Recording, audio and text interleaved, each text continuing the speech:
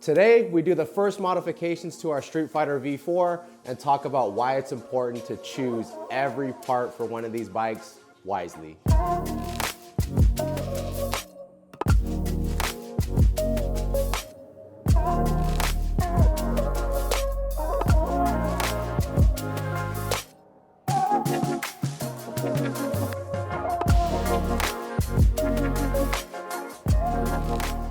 So this is what's going on the Streetfighter V4. Nothing of super consequence, but integrated tail light, tail tidy, gonna do some bar end mirrors, grips, and a fuel lid. So nothing that nobody has ever done before, but we're gonna look at these items very closely. We'll look at the CRG mirrors versus some of the Rizoma options. We're gonna look at the TWM fuel lid versus some of the other options that are available as well.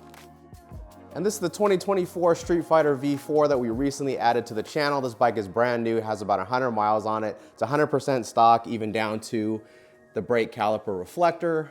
Today we'll be cleaning up this nasty handlebar setup, hopefully make it look a little bit cleaner. And we'll be cleaning up the rear end of this bike, taking off this huge license plate bracket, as well as integrating these turn signals in with the rear tail light. So pretty basic installs today, but we're gonna talk about a lot of little tips and a lot of little details on these bikes that I think would be useful for you guys. Still deciding on what to do for an exhaust for the Streetfighter.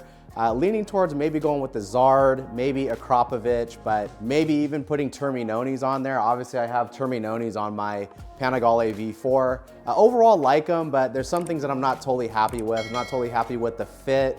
The finish is not that great either. That matte black finish on the cans, it actually stains quite easily, so I don't really like that. The tone though is good. I think it's just loud enough, at least for me. It's very throaty. These 1103cc Ducati V4s, we're gonna hear them both in a second so you guys can hear them side by side, but it's easy to make them not sound all that great. The Terminonis do a good job of keeping a really deep, throaty, powerful sound for these bikes. So and this is what we're looking to get rid of. Pretty quiet.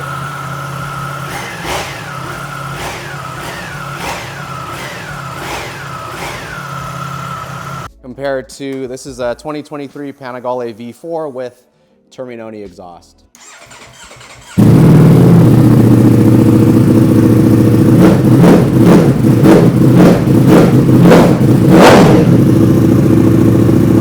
So big difference between the two. We'll be switching out the exhaust sometime when we decide what system we're actually gonna go with.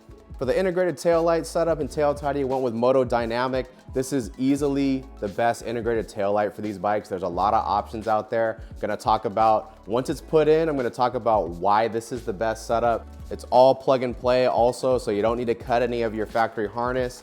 And they do make a tail tidy that goes with it, makes everything fit super nice and looks OEM. First, let's go ahead and tear the back end of this bike apart. I already have a video on how to do this in detail, so we're gonna use a little bit of editing magic to kind of speed up this process.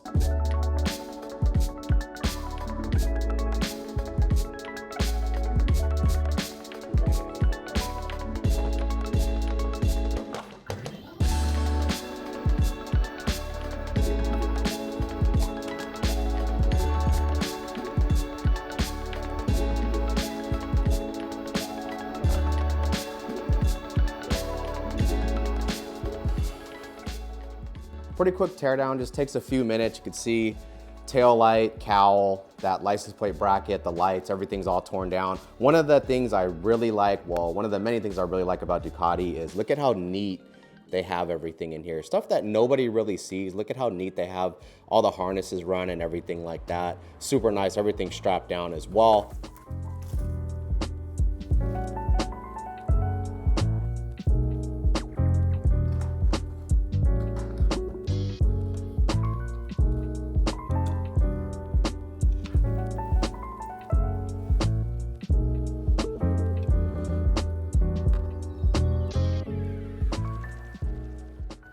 Okay, basically got it all back together. Got the wires super nicely tucked, just how it was from the factory.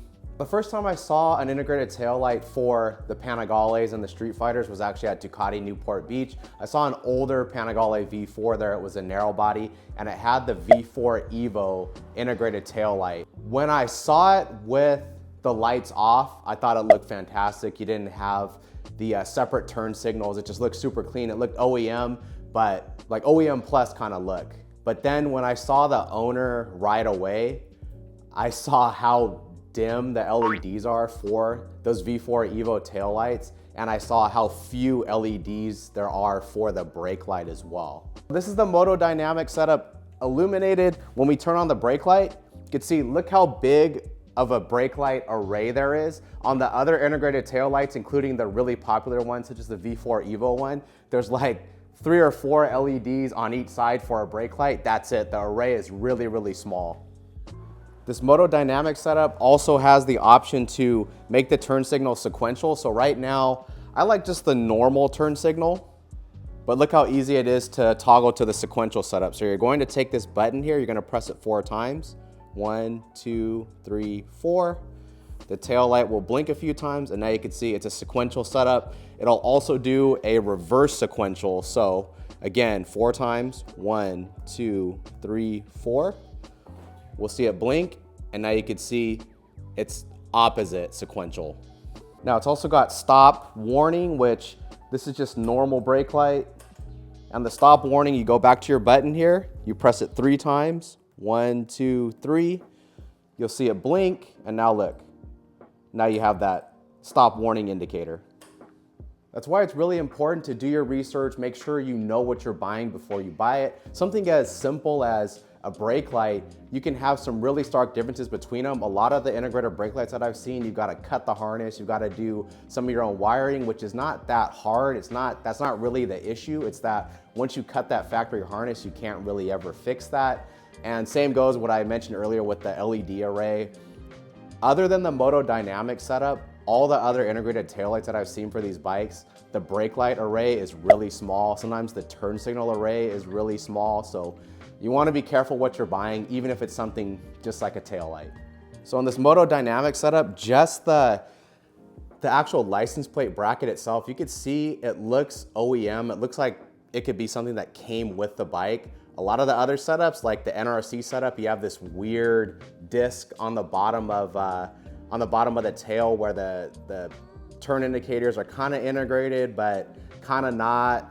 And the way those brackets fit, it's just not very good. When you look here, this Moto Dynamic setup, everything's covered, everything's done really, really nicely. You can see it even has kind of an OEM looking license plate light. I wish it didn't have this MD on there, but overall, can't really tell that that's an aftermarket piece. Let's get into this fuel cap. So this is a TWM fuel cap. Obviously we know TWM makes excellent products. There's one thing I don't like about TWM though, I'll show you guys. It's the same for I've got TWM levers on my Aprilia.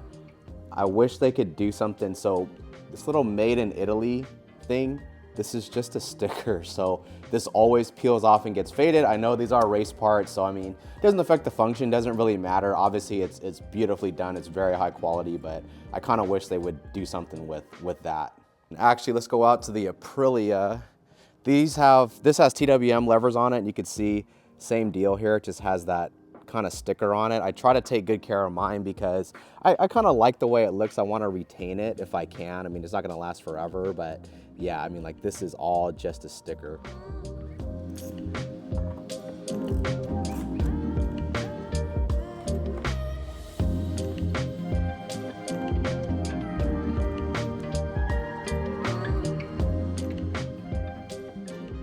For anybody that's wondering, that's what your tank looks like once that fuel lid is removed. So as you can see, you don't want to drop anything in there. I've seen people drop things in there and have to fish it out. It's not the end of the world, but you really want to try to avoid that. And our assembly, so we're going to disassemble this whole thing real quick. There's a bunch of videos online on how to do this already. Plus the TWM instructions are actually quite good. So no need to get into the details. Let's go ahead and get this thing together and throw it on the bike.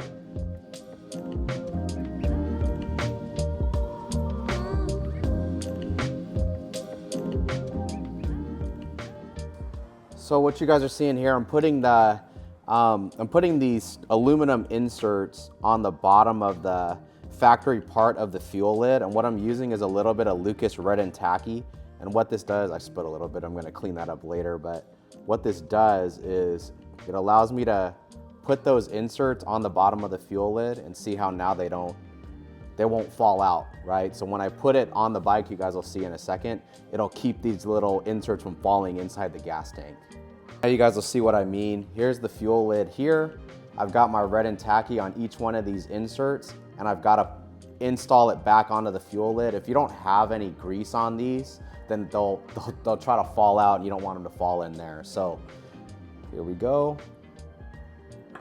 There it is, easy as that.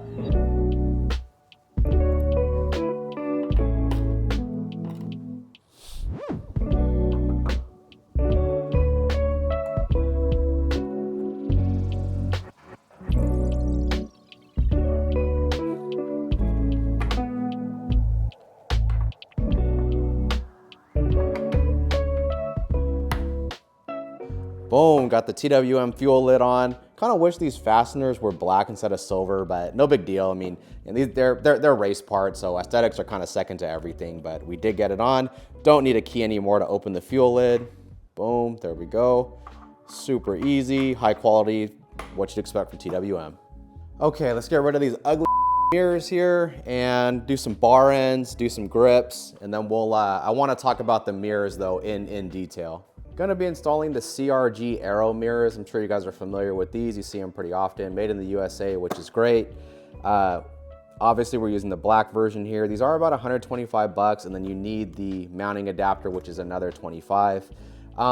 Quality is decent, but we're gonna compare them to my Rizomas here in a minute, but you can see here, it doesn't really matter that much. It's not like it affects the function, but look at the machining on these mirrors.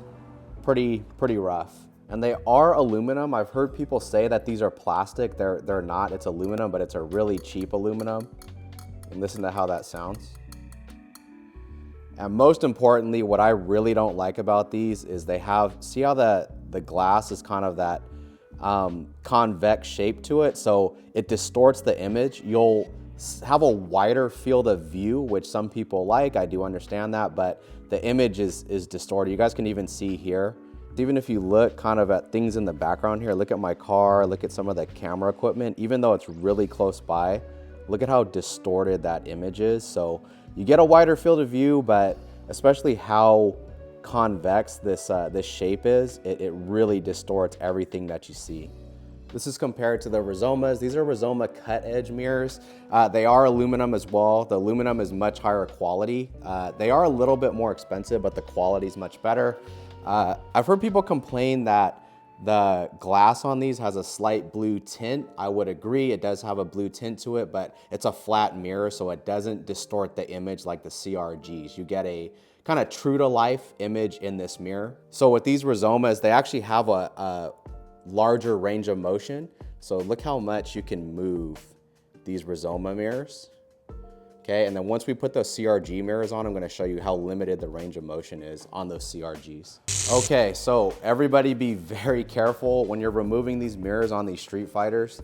This one, so the throttle side, it's actually reverse thread. So it's not righty-tighty, lefty-loosey, it's actually the opposite of that. So be very careful you don't break that off.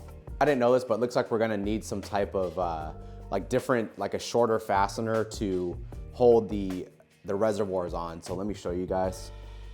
Yeah, so now that the mirror is gone, this is as far as you can thread this this fastener in. Same on this side, so we're gonna need some type of, I think for now I'll stack a bunch of washers just to hold the reservoirs on properly, but we're gonna have to get some type of like mirror delete fastener. So I didn't know that about the Street Fighters. You guys know how I like to do my videos. I like to put some tips in there, some interesting facts. So I wanna show you guys something really important. So when I put the lowering link on my Panigale, a lot of people said, why didn't you just put the factory Street Fighter lowered seat? Ducati has an OEM lowered seat for the Street Fighters, and a lot of people were arguing with me that it would fit on a Panigale. The reason why it won't, the subframe is actually different on the Street Fighter. So if you look here and here, that's how the seat installs on a Street Fighter. If you look on a Panigale, it actually uses this bracket here to hold the seat. So on the left, this is a Street Fighter seat. You can see those tabs that interface with the subframe. And on the right is a Panigale seat. You can see doesn't have the tabs there. It interfaces using this little section here. And I had another dude that tried to tell me that the Panigale seat and the Street Fighter seat is the same. Look at these seats. Street Fighter, Panigale. Does that look like the same seat to you?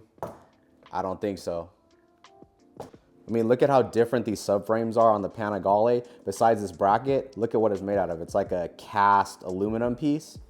On the Street Fighter, it's tubular. So this section, even though it looks the same, it's completely different and the seats are not interchangeable. Okay, and there it is, all put back together, looking way better without those huge bunny ear mirrors. You can see here, I just put some washers on this fastener. We're gonna have to figure something out there. It's not a permanent fix, but we need to secure the reservoir somehow, but much cleaner. Same thing out back. We don't have that huge license plate bracket with the separate turn signal lights. It's all integrated into the tail light now, but big improvement for this thing. So let's look close at these CRG mirrors. What I really like about the CRGs is they have stops. So when you wanna move their position, they actually have a detent in here that has various positions where the mirror will stop at, almost like it has a memory almost, whereas the Rizomas do not have that. They don't have any type of stops. They just kind of move around. If you want a little bit wider field of view, then the CRGs are definitely the way to go. And side by side, we could really see the blue tint on the Rizomas versus the completely clear image on the CRGs. So I know some people don't like that blue tint, and here you can see it side by side. It is pretty noticeable. I would say the mounts for the CRGs, the mount is gonna be this silver thing here. It's okay. It definitely works. It's not low quality by any means, but I really like the Rizomas have a little bit better mounting solution. You can see how listen to the material versus the Rizomas. Okay, and you can look at how their mounting solution is. It's a little bit cleaner.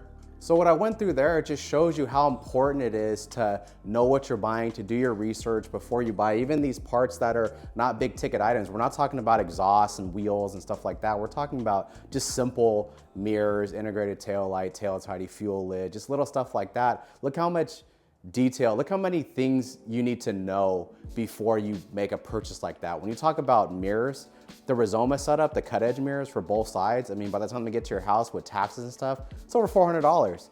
CRG mirrors that you see here, the CRG arrows, by the time they get to your house, over $300. So it's not nothing. You wanna make sure you know exactly what you're getting before you buy it. So I hope what I shared with you today was helpful. Gonna be a lot more coming for the Streetfighter V4, as well as the Panigale V4, as well as the RS V4, so be on the lookout for that. As always, if you guys can, please like and subscribe. I appreciate it if you made it all the way to the end. Until next time, guys, see you on the next one.